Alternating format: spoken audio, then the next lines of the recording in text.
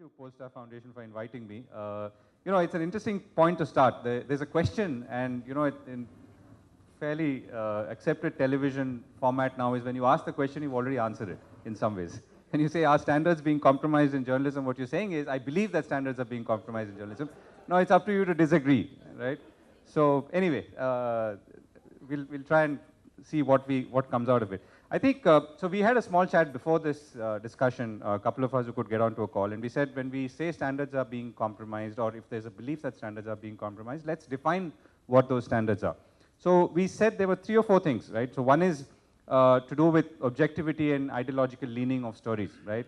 Do those stories, the way they're presented, reflect a certain leaning that's perhaps biased and therefore leads a viewer or a reader to believe that there is a certain deterioration or compromise. The second, in no particular order, is, let's say, a disregard for language and communication, that's making either understanding or reading a little difficult. Third is diligence not being adequate, or weak diligence, and I mean, we're all familiar with that. As a result of that, or extending from that, is ideation, which is weak, right? So if the idea is weak, then the story doesn't have legs, right? So, and therefore, the whole thing fails to make the impact and sometimes has the reverse impact of what it was meant to have. The other point is institutional deterioration, right? This is not the individual, but this is the institution. I mean, are media organizations themselves playing the right kind of role that they should be playing, or what we think that they should be playing in a society like this at a time like this? And that's a very critical and a sensitive question, right? And it's difficult for journalists, I think, to face this question because many of them work for these organizations. And it's not easy to stand there and start saying things about your own organization, particularly if it's paying your salary at the end of the month. So, these are some of the themes that I thought we'll touch upon. And what I'll do is we'll start off by asking each of our panelists for like a 1 or 2 minute synopsis on what how they define this issue, right? So like I said, let me not start with the question because the question tends to answer the answer in itself. So let me begin with Aditya on my left. And I think you've seen, and let me sort of wrap this up, at least the opening part. The idea here is, after all of this, is to create some kind of takeaway for you, particularly younger journalists who are sitting here and winners of this award, to say, this is what people expect, right? You've got a very informed and insightful group of people here.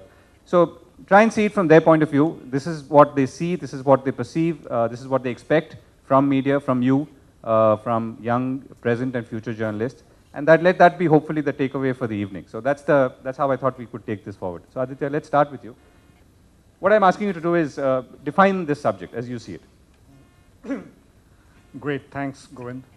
I'm assuming that when we say journalism, we are not limiting it to IT and business journalism right now.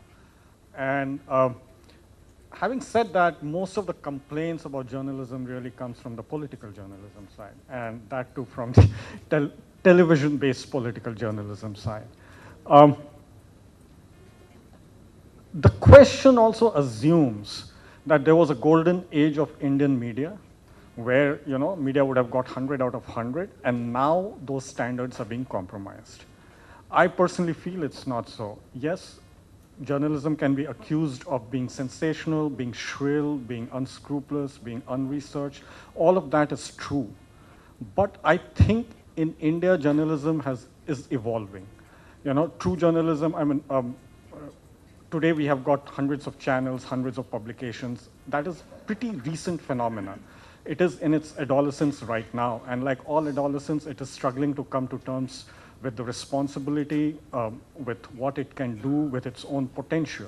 So journalism in India has done, journalists and media organizations have done great work. They are evolving.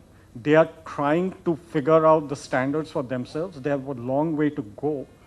But at the same time, yes, we need to keep the pressure on them and say, this is not going to work. You better improve, you better improve. Yes, you've done good work, but you better improve. Praveer? So Aditya, I think you're right.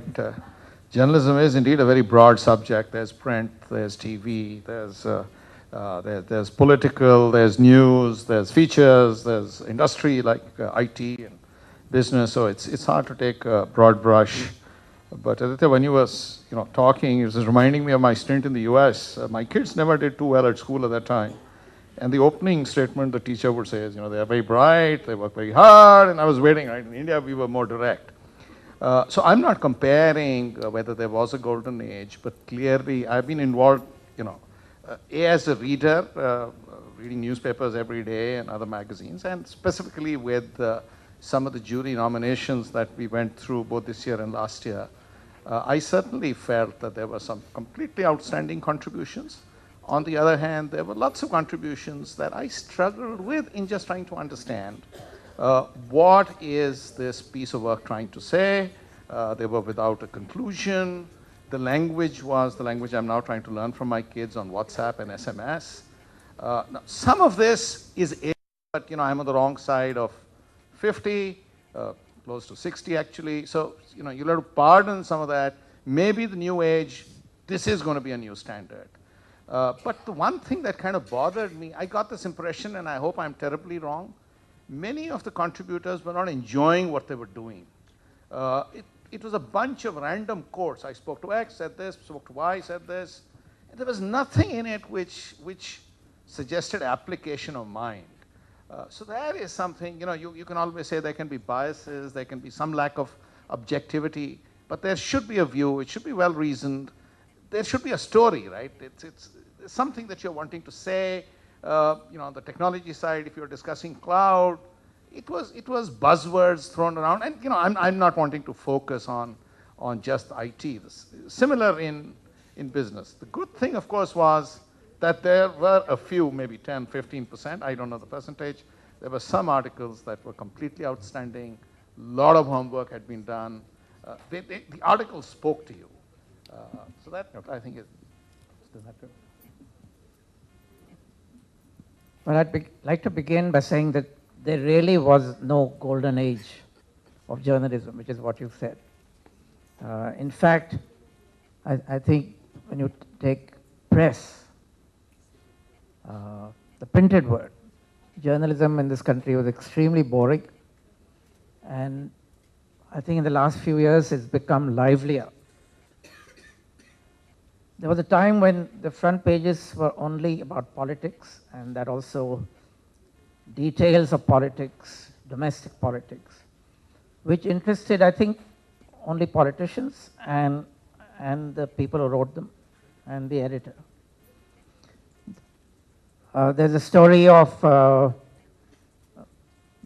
Times of India editor Shamlal, the legendary Shamlal, once visiting the cabin of his assistant editor, and someone came in with a paper for the assistant editor, and after he left, Shamlal said, who is that?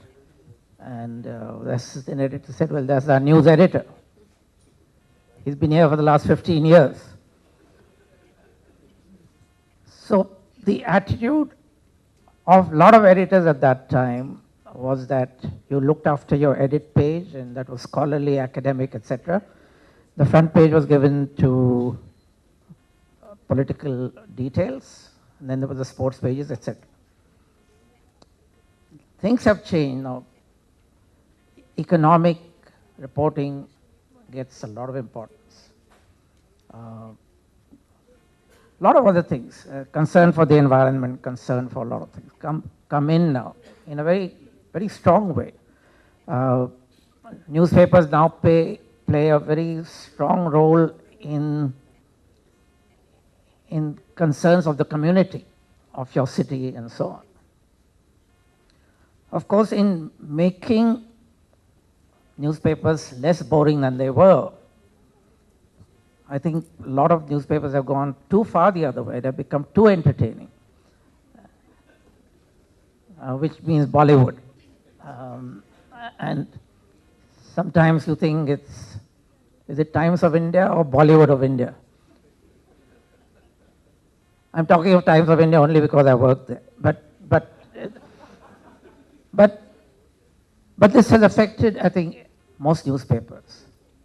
Even the Hindu, I was told by the gentleman who accompanied me from the airport, he said with great shock, even the Hindu now has color.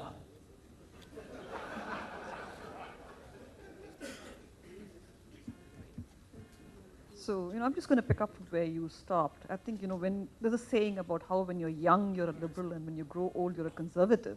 And I think, that should be really applied to this question about, have the standards changed? I think that's really hard to tell. So, I'm just starting off with that flip comment. I agree with you. That's a really hard thing to say because I think journalism reflects society.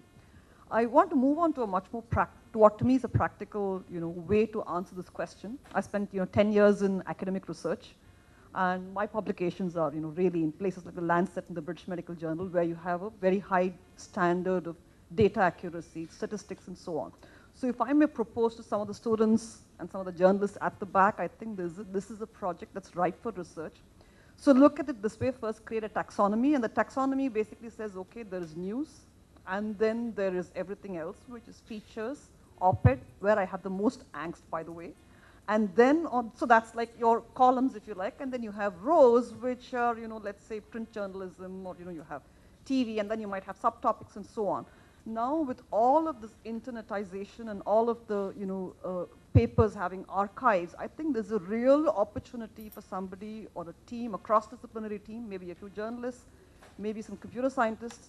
You have semantic analysis now beginning to be easily available. You have good machine learning techniques. Let's go back and look at that, archive. And using the words, using word search, semantic meaning, come back and come with a result of, how have standards changed, or how have opinions changed in the way, journalism is done. So to me, I'd like to look at a question and say, look, is there a practical solution? So let me just hand this back to you because I've talked enough. Yeah, right, thank you. So let me start with the first question. When, we were trying to define this whole thing, right? We said, when we talk about deterioration in standards or compromise of standards, what are we talking about? So what, according to you, Mr. Dharkar, as an editor of many publications over the years, is the most pissing off? Is the most pissing off? What is it? So, is it language? Is it ideological leaning? Is it the kind of, let's say, frivolousness which you may see in a headline? Is it the Bollywoodization? What is the biggest problem of them all? What gets people, I'm sure you come to gatherings like this where you talk to people, and I go to gatherings when, there is angst over a lot of things, but it typically boils down to one or two. Well, I think the Bollywoodization is really what gets people's goats. And though, let us say, you have these color supplements which should deal with that. And I think people would accept the fact your color supplement will be frivolous, will have entertainment, will talk about Salman Khan's six-pack and stuff like that. But when that intrudes onto your main paper, I think that's where the problem begins. And I think this is a distinction which could so easily have been kept. You keep the frivolity for your color section, and you keep the more serious news. Give it a little more color, make it a more readable, but don't mix the two up. And this, unfortunately, what is happening. So when you look at, give me an example of a newspaper that you really like, internationally. Dare I say this? There is no newspaper I really like. Seriously.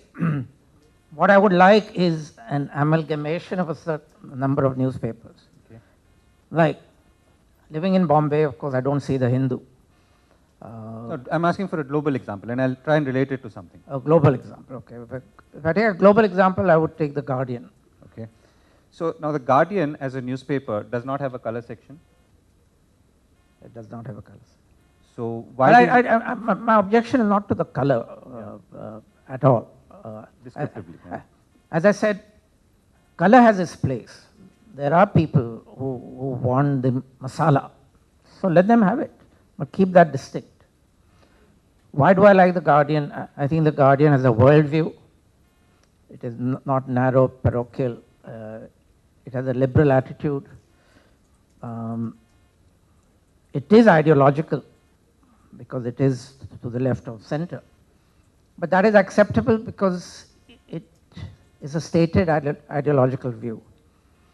It is not coloring the news. The The ideology affects the views of the paper, which is fine. That is something we have to accept. Okay, so which also brings in a very important point, which I thought we'll come to later, but let me quickly touch upon it and then let me get the other two panelists in. It's also a non-profit. It's non-profit. And therefore, Yeah. Well, you know, the Independent also started like that. The Independent, in fact, was the Independent in London, not the Independent which I ran. The Independent I ran closed down because it didn't make a profit. It belonged to the Times of India. But the Independent in London was a cooperative of journalists. It was an ideal kind of organization. Unfortunately, it's now been sold to Russian. What does that say? Aditya, let me come to you now. So what's the single point? I'm just trying to get, what is the thing that really, when you feel that things are wrong or going wrong with media and journalism in this country, what's the one biggest manifestation? Rumors treated as news, for me. I mean, that's what really gets me. And I'll give you a very simple personal example. A month after I quit Infosys, one of the leading business publications in this country, on the front page, big 4 or 5 columns, put my photograph, said Aditya Jha quits Infosys, and then they gave the reason that recent restructuring at Infosys has forced him to quit. Boss, I left to make movies. Okay. Okay. And they talk, you know, it was all rumors, speculation, people talking to each other in the lift and overhearing something or whatever. I don't know where the sources come from. Or, you know, May I interrupt here and ask, did anyone try and contact you? No, no one tried to contact me.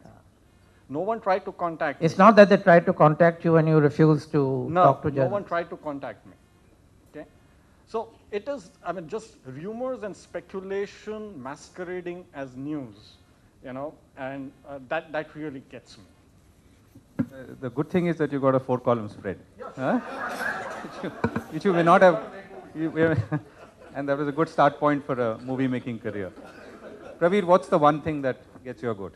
So, Govind, I completely agree with Aditya, and I'm going to just take off from that. So, you know, in India and maybe in other countries as well, we take all media very seriously as a nation. You know, if you look at, you know, the domestics who work at home, people on the street, TV mein aaya hai, news mein aaya hai, it's gospel, right? It cannot be wrong. And you know, be it news, be it an opinion, be it a rumor, I think there is a great responsibility on the media community to be factually correct, right? And in all matters. So I'm going, in fact, a little beyond what Aditya said. So even if you're doing a feature and you're reviewing something, or your opinion has to be based on some cogent logic that should come through, because people take some of these things far too seriously, and further analysis of mind actually stops, right? Anything in print, now word processors make it very easy, but everybody treats that, and it's very hard to explain, right? Something is, just because it's the papers, it doesn't necessarily mean it's the Bible. Okay. Sadhna, yeah. That up quickly. So, you know, I'm just going to go back a little. What's the newspaper that I like? I like the Telegraph Calcutta, if it's an Indian newspaper. I think, you know, broad spectrum of views, decent coverage of news. As a consumer, what do? I actually make my own newspaper. Don't forget, we all live in the internet. Google News gives me news. Where I want to read op-eds, I go and look for the kinds of op-eds that I like to read. I mean, so that's, you know, I think an important issue. Of course, it's a good answer, but the question was the flip. What do you not like? I think ideology bothers me. I think ideology can color how the headline of what should be a factual news is actually presented. And a lot of this is really less in business, much more, I think, in politics. The second thing that bothers me is I'm not sure that the means, the ends justify the means. I'm thinking about the Tehelka, you know, Raja, that whole episode. It stank on both sides, you know, that Radia tapes. So these two things to me are really big issues. And I think ideology bothers me the most because it can be so insidiously coloring what you think is factual reporting. Do you think it's getting worse in some ways or more pronounced? I think it's getting quite polarized. Sometimes it's because there's a genuine ideological bias on the side of the institution. Usually, it comes from the institution and then percolates down to the individual journalists who work in the institution. There's also, I think, a certain amount of, sport in this. So the more you jump on one guy, the more everybody jumps on that guy and, makes a spectator sport out of being ideological. Okay. I wanted to ask you, is it possible at all to be neutral? I mean, you have to follow some ideology, right? I think it is virtually impossible to be neutral. You would take a stand on different issues. You would take some kind of stand. So how do you define give us an a example. neutral headline? This is what. Yeah, no, give us an example. I think then. Okay, so news reporting, for example, I really would look for a factual news report, headline, because headline actually, can convey a lot. So, you can say something like elections in Bihar were held and, percentage. That to me is a factual headline. But you give something else over there which gives a total, JDU, Rabri, something else that means, that to me is a way where you can be non-ideological. I think news reporting, as far as possible, should be non-ideological. Another way to be non-ideological is not to push important news to the back of the newspaper. A certain newspaper in the city used to do that very consistently during certain regimes. So that to me is again, a great example of, being ideological and letting it affect the quality of the publication. Yes, the Guardian has a right to be left liberal, but it doesn't screw up by, secreting away certain news items and putting them at the back of the newspaper. By the way, I just wanted to add one little thing, which is that I know for a fact that one particular newspaper in Bombay is now going soft on Modi because they have decided Modi is coming as a prime minister and they want to be on his right side when that happens. I won't name it. Ideology really, doesn't bother me that much. And for example, if the US Supreme Court judges can hold ideological positions, they're conservative nominations and they're democratic nominations, right? I see, and New York Times holding an ideological position, your Washington Post holding an ideological position. The question is, with what maturity do you handle? I think ideology in headlines as opposed to ideology in edit page. I think what we're talking about is more the headlines and the page one. Yeah, sure. So it is the maturity with which you take out your ideology. You can have an ideology as long as it is stated or it's very clear and people are aware that Fox News, people who watch Fox News know it is a complete right wing. If it decides to become rabid right wing, only the rabid right wingers are going to be looking at it. Okay. Right? Right. So anyway, I think so. We're talking about two interesting that Mr. Tharkar talked about Bollywoodization, and we've talked about fact. I think those seem to be emerging as the two areas which people are most concerned about. So let's come to Bollywoodization first. Since you are in Bollywood now, how do you see this transition from? I mean, do you see it adding value to your life? Do you feel it's No. But that's why he gets a 4-column photograph in the paper. No, I'm not really in Bollywood, but I'll have to wait for some. But I understand the point. It is. I think Bollywoodization is the trivialization of the whole, the content, where I think it was the Hindu ad against Times of India that says that everyone knows that Hrithik Roshan's nickname is Dugu, but you don't know the name of your MP, for example, right? So it is trivialization, but I think there is great news there because the concept of journalism and journalists has changed. If I have to read about Bollywood, serious stuff, there are 5 other writers I can read on the internet. Serious stuff. I mean, there is a lady, for example, who saw every single movie released last year, every single movie, and then reviewed each one of them. Okay, and it's all available. There is a site called Mem Saab Story. She's a foreigner. You won't believe it. She doesn't know Hindi. But she watches every single obscure film and then writes about it. From her understanding, without knowing Hindi, she knows more about obscure Hindi films than probably anyone. So, Aditya, you're saying that the information is available for those who want it. Absolutely. Right? So, therefore, mainstream media does not need to be in this space. or what? No, it doesn't matter to me. Okay. I just ignore it. I mean, it's been ages since I read the Bangalore Times or Pune Times or Bombay Times. I don't see it. I mean, for me, it doesn't exist. Okay, so Mr. Thakur, let me come to you now. As an editor, let's say, who also has revenue responsibilities, how do you sell a newspaper in this day and age? I think the same way the newspapers were sold earlier. Newspapers are sold because you report the news. You also make an effort to get the news, not just the obvious news, but you get original stories, which other papers don't have. Obviously, you're going to, if the elections are announced as they were announced today, that's going to be your headlines tomorrow. That's a given for every newspaper.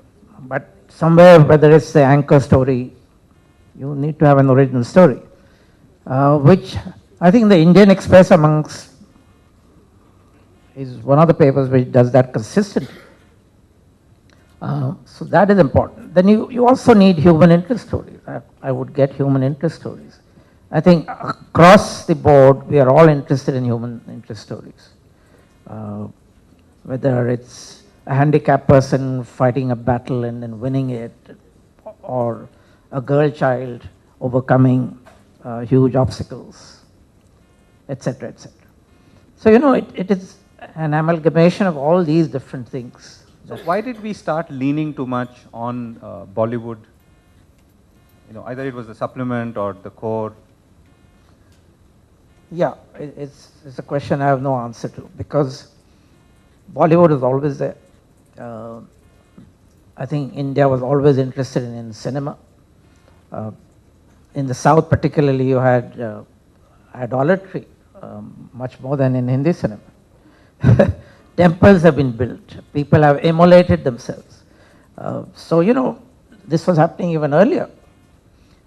But why it has taken over to the detriment of everything else? I've started an international literary festival in Bombay 3 years ago. I have to fight to get space. Now earlier, newspapers used to consider it their duty to educate, in a sense, in the nicest sense, its reader. Newspapers considered themselves to be here slightly lofty, and newspaper editors knew a little more than its readers. So they did talk down, but at the same time the motive was good. You talked about serious things. Now, I think editors have tried to come down deliberately to a perceived level which is much below. If you ask me, You're answering the no, question. if you ask me, no, I'm trying to not answer it because I don't know the answer. So, and I don't know if anyone knows the answer. I think we probably mic hogging a little too much. What's wrong with Bollywoodization? I'm not. First of all, maybe let's define it. Is it trivialization or is it over coverage of Bollywood? Yeah, If so it's 40, trivialization, so 40 pages of a certain newspaper, 18 pages is devoted to entertainment and paid coverage. yes, and we all know which newspaper that we are referring to. And the numbers are But, precise. you know, the newspaper has a business objective. So finally it comes back to, 2% of your revenues are coming from circulation, 98% are coming from advertising. You're going to do what it takes to get advertising. Now what will happen is eventually there'll be some smart newspaper that will figure out the right balance and kick these guys out of whack. It's like, you have art cinema on one end and then you have, totally commercial cinema on the other end. And then you have things like Sholay in the middle, which, to my mind, are great movies that, can be seen by everybody. So somebody, will create that market. Aditya? Daniel Steele always outsold John Irving, right? And that's going to happen. That's going to happen. If we expect every single publication, every single media, every single page to be, of shining with brilliance, that's not going to happen. It's So going. are you also saying that so you're saying that one way you're not affected by what you're seeing is because you're consuming elsewhere? Absolutely, I Right. have choice. See, that's the thing But is about that media. I have is that choice. the answer to this question? Those, finally, people who deliver truth in an entertaining way or reasonably interesting way are the ones who are going to succeed, is what I feel. Otherwise, I have enough choice, I will move on to others. Could I attempt a possible answer, which is that there's a deterioration of our institutions, there's a deterioration of our public life, there's a deterioration in our leaders, in our politicians. Basically, there's a deterioration of standards throughout society. Why do you think media would not be a reflection of that? Okay, so that's a tougher question to answer. So what I'll do is, I think we are kind of running out of time. So let's get a few questions in, and then we'll come back to the panel for a wrap up. Yes, quick, short questions, and I'll collect a few and then come back. Yeah, go ahead.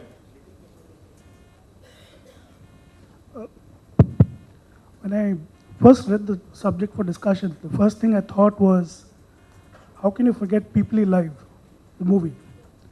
You know, that's a Bollywood take on how media works. I want to get a perspective, given the subject that you have in mind, what is the difference between standard and headline hunting? Because you are, especially television media, they go after breaking news. And you know what is breaking news? You know, FM comes out of his room, he steps into the car, everything is breaking news. So how do you actually... Okay. Anyone else? Yeah, at the back.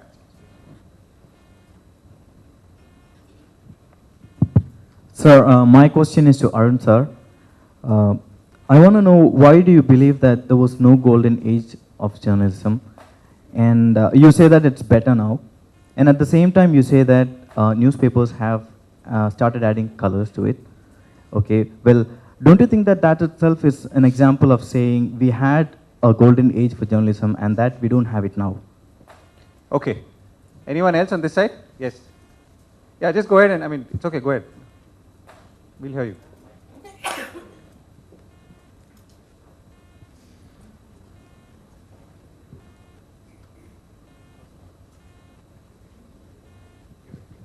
So my question is, in our society, breaking news is negative news by default. A negative news gains more TRP and more readership than a positive news, so to say.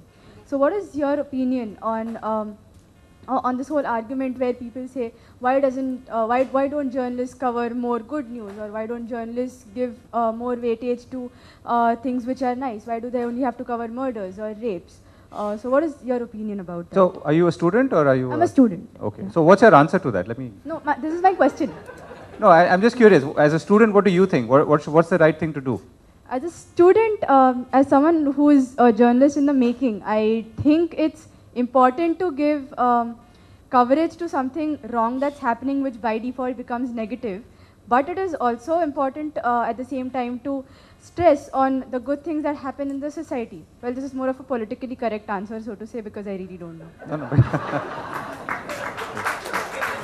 Yeah. Thank you. Hi, I'm Ayushman from Information Week. I think one of the challenges that journalists face these days are external pressures. It could be from political parties. In case of business and IT, it could be from corporates, wherein if you write a negative article against them, then they might stop advertising with us. And according to me, this problem will continue if media have to depend upon advertising as their only source of revenue. So is there a model where media can depend less on Sure. advertising and can go on an independent? Sure. I think that's a point Padma referred to. I'll come back to you. Yeah. Anyone else? Yeah. With Anil on stage, I can't resist this. Good old days, 75, 76, we used to read Illustrated Weekly because it was illustrated weekly, whatever. So that's one. Is paid news altering the script? I mean, all this discussion is because paid news, we had Election Commission discovering 1,400 cases. I mean, I saw it about last month during elections last time. So is paid news altering the script? I mean, what we're discussing. Anyone else? Yeah. Sir. Veera, can you stand up? Yeah. My question is for all of you. Why are you constantly focusing on the fact that there are no important news in the newspapers. I think it completely depends on the readership. If I want to read Bollywood news, I'll pick up a Delhi Times or a Bombay Times. If I want to, check out the local news, I'll read the local news separate. I think it only depends on the readership. If someone wants to get married, they'll obviously pick up the matrimonial section. So your point is, I think. My point is that it's not that the main aspect of giving news to the readers has vanished. So it could be of use as well, and that could matter more than, let's say, is that what you're saying? The utility is equally important, right? Yeah. Okay. So we've got a couple of points. Last one. Okay, go ahead. Is it possible in today's situation to report a news without taking position? And if so, will it sell? Will it sell? Yeah. Okay, so I think we've got a smattering of views which represents, I think, mostly all the issues that are typically raised at any gathering like this. So what I'm going to do is we've got a couple of minutes more, so let me get a few answers and then we'll try and sum up. So would you like to go first? What? You decide. No, tell me. All six questions. I didn't quite hear the questions properly. So. Yeah. No, I think so. There were several questions. So let's start with one of them. Is Bollywoodization bad? Right? If you're responding to a certain audience requirement, then who are we to decide what a newspaper should be or any media product should be? Well, this was the criticism of cinema in India, that it always catered to the lowest common denominator. And if newspapers start doing that, then do we give up a kind of duty to raise standards? And I think that is also a necessary thing for a newspaper to do, to elevate the reader. And that's something which seems to have been forgotten. I'm not against Bollywood being part of a newspaper or any entertainment being part of a newspaper. I'm saying it has this place. It should not dominate, which is what is happening. And the whole elevating kind of objective which newspapers had, that has been disappearing, which is a shame. So I think what you're also saying is that the newspaper or the television station is really aiming at a consumer of it's a consumer, right? It's not a reader or a viewer, right? So when you start looking at someone as a consumer, then the way you change your product is be different. Okay, but now the whole. I was just going to answer a very quick question. Someone had a question about the business model for a newspaper. What's appropriate? Yeah. I think that's going to keep changing. I'm really going to wait and see what Jeff Bezos does with the Washington Post. That will be an object lesson for now. I mean, we've had William Randolph Hearst in the past. We had, the Catherine Graham family managing it. We had business families in India managing newspapers. I mean, the Goenkas managing Indian Express. So let's see what happens there. But is there going to be a permanent business model that says, okay, this is going to run like a non-profit and we provide the best quality news? Who judges what's the best quality news? So, no, so I think that there's an allied question, and maybe you want to take a go at that, right? So advertisers today provide whatever between 80% upwards of total revenue of a newspaper, right? So if you the reader, not consumer, if you the reader is not willing to pay the difference between what it costs to produce the product and what you are paying for it, then why should you complain? Is that a fair comment? Yeah, absolutely. I mean, I think that the reader gets the newspaper he deserves, and now with so much consumer choice, I'm just going to go and I'm privileged. We are not in the media dark part of India. Remember that 900 million of this country is probably in the media dark area, and it's about them that we should be worrying. For the rest of us, ample consumer choice. Go find your news, op-ed, whatever, where you want to. So I don't know if that answers your question, but I think the reader, the newspaper, and the advertiser are all bound up in this intricate cycle, and I think you can't have a static business model. That business model is going to keep, going up and on. It's like a boom and bust cycle. Right. I just want to say that I was in London last week. I was shocked when I saw the price of the Sunday Times. It's £2.50. That, of course, translates into 250 rupees. Now, when you have such a high price, then you're not so dependent on advertising. Here we're charging 5 rupees for a newspaper, when 5 rupees nowadays really means nothing. So you are heavily dependent on advertising. Therefore, if I'm an editor and I write something against a fictitious company called Tata, for example,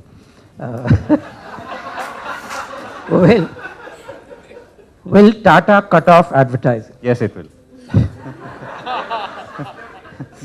So you know, now these things color what you're going to do. Therefore, you have to strike a balance between raising the price of the paper and losing readers, or being so dependent on advertising. It's a tough call. Right. Okay, so let's, Aditya, did you want to add to this I before just we sum wanted up? to take the question on breaking news, the way sensationalization by the media, and breaking news is a short form for that. So look, I think the media has done great work. There are a lot of, there's a kind of fear, kind of pressure that it has managed to put, the Jessica Lal case being obviously a big example. Things are happening because of the intense media scrutiny. Now, at the same time, media has done a lot of stupid stuff as well. What I'm scared of is that if it's stupid, the government is itching to regulate media, right? It's itching to regulate media. It just needs the right excuse. And it is because it sees media as the people who are exposing it, right? And media makes one more mistake, one trivial, stupid thing it does, and the government will say, come on now, and Justice Kaju is itching to regulate media, right? So, so I'm scared of that media, I want a completely unregulated media. I mean, self-regulation obviously works. I will forgive media hundreds of its sins because of the 5 good things it will end up doing. Because if you regulate it, it will not do that. So I have learned to live with the breaking news. I can figure out whether it is breaking or not. So I don't get too bothered about it. And you can always make a movie on it, right? Live is already made. They've made a beautiful. I just want to add a very quick point. I think we've ended up, enunciating reasons why standards have been diluted. All of us know some of the pressures under which media operates. The reasons for sensational news, breaking news. Today's newspaper says Kareena Kapoor 6 abs. All of this is okay. What is not okay? No, it does. I didn't read it, but there was a photograph, and I will send it to you. Right? I will send it to you. No. But what is bothering me, however, is in all this, while we don't have a solution, and I feel sorry discussing a problem without a solution, I'm not able to understand why news is sometimes completely incorrect. Cobra posts, the Helkas. You need sensations, but let them be actually factually correct. For those of us who are from financial services, I'm not representing a bank's view here. 4 months ago, there was huge headlines around financial fraud, $45 million, not a single item of fact. It kind of worries me, right? Yes, those happened. But what happened with the company in India happened in December. So this is, in all this hype of saying, we need trips, we need readership, we don't have a business model, and all of these are true. We are allowing some of this to go through the door as well. Okay. There is no accountability, it's not getting corrected, and we believe in what's printed. Right. So I think we identified 3 kind of problems, and I don't think I need to go over it again, but it was basically to do with over-entertainmentization, or the fact that facts were not being given due consideration, and we talked about leaning. So let me address the fact part. I think that's the thing that upsets most people and can also be fixed if we want to. So how would you like to? Again, this is really for young people who are getting into this or already are in it. What's the 1 or 2 things that organizations should be doing to fix this problem and be more conscientious about fact? The obvious thing, which I must confess as editor I was not able to do, though I tried, was to always get the other side of the story. So if I am reporting about why you moved, so were you sacked, were you demoralized, or were you getting better opportunities, etc. I should not have published this without trying to get you, okay? But that goes through everything, whether you're talking of financial services industry, etc., etc. Now, why don't we institutionalize this, that you have to get in touch with that party? If they refuse to talk to you, then you, of course, you say that we tried several times. And now there are many ways of trying to get through to someone. There's a phone, there's a mobile, there's email, etc. But that, I think, has to be done. Without that, you don't get print the story. Okay, so let me just get a last sentence in from each of our panelists. And Padma, let me begin with you. So I started out by saying, what's the one thing that gets your goat? So let me end by saying, what's the one thing that makes you happy or makes you feel positive about what media is doing? And with that we'll close. The incredible choice of media that you have, if you belong to a certain class. What worries me is that it's maybe only about 100 million of us who has access to the internet and all kinds of channels. So yeah, I mean, there's huge choice. I think that's the greatest thing to me. And the important thing, I guess, by extension, is that more people should have that choice, one way or the other, or one platform or the other. Is that fair? I think what excites me about the media, in spite of all that we've been saying, is that the media plays overall a very, very positive role in keeping society on the right track. Whether it's social issues, whether it's secularism, whether it's taking errant politicians and, chastising them, etc., etc. And media role is absolutely important, and I don't know what would happen to the country if media was not active. Right, and I think social media adds to that, right? I mean, a lot of journalists today are held accountable on social media and quite aggressively. So, what's your question? What makes me happy about media? Yeah. If anything. Entertainment media is great, keeps peace at home, people watching Saas Bahu serials. And of course, I was talking about news and... I know, but because the whole thing is... If you saw a difference, yeah. Yeah, again, I share Padma's view. Many of us have learnt over time to filter out what we don't want to see. And so I really cannot imagine my morning without the papers coming in, without my spending some time. Maybe we were born the wrong time. I see the next generation. My kids are in their 20s. They don't touch the papers at all. They are only on Pulse. They are on RSS feeds. They are on some of the social media sites. And their world is perhaps, for those 100 million, going to be completely different. And in some ways, I can tell you they are better informed than I am on what Paul Graham is saying and, things that don't get reported here. Right? So, very honestly, I can't imagine my life without media in all its forms. Thank you. Choice, definitely, one thing. But the other thing I love about the media, that I really like about the media is the focus it has got in trying to break the corruption nexus. For 50, 60, 70 years, the political, bureaucratic, criminal nexus has been done behind closed doors, and they can get away with anything. So a beginning has been made, and I think media has had a big role to play. That the big guys are still not being caught. I understand that, but at least a beginning has been made. Okay, I think that's a fairly positive note to end. Thank you very much, gentlemen. Thank you, and ladies. Thank you very much for listening. Yeah. And back to you. Yeah, Govind. So before I formally thank you guys, let me talk about two things. One that irritates me, and the one that I'm really happy about. The first thing that irritates me really is this cover page of this newspapers is also all about advertisements. Okay, even if you were to put up with that, the size is 1 inch bigger than the normal page. So you just can't hold it properly. Right? The thing really I like about newspaper is I like newspapers when it's absolutely fresh. The aroma of the newspaper, the smell of the newspaper. So if the supplement was not there, then there would be too many takers for the main newspapers. For me, it is just me in the morning, the main newspaper.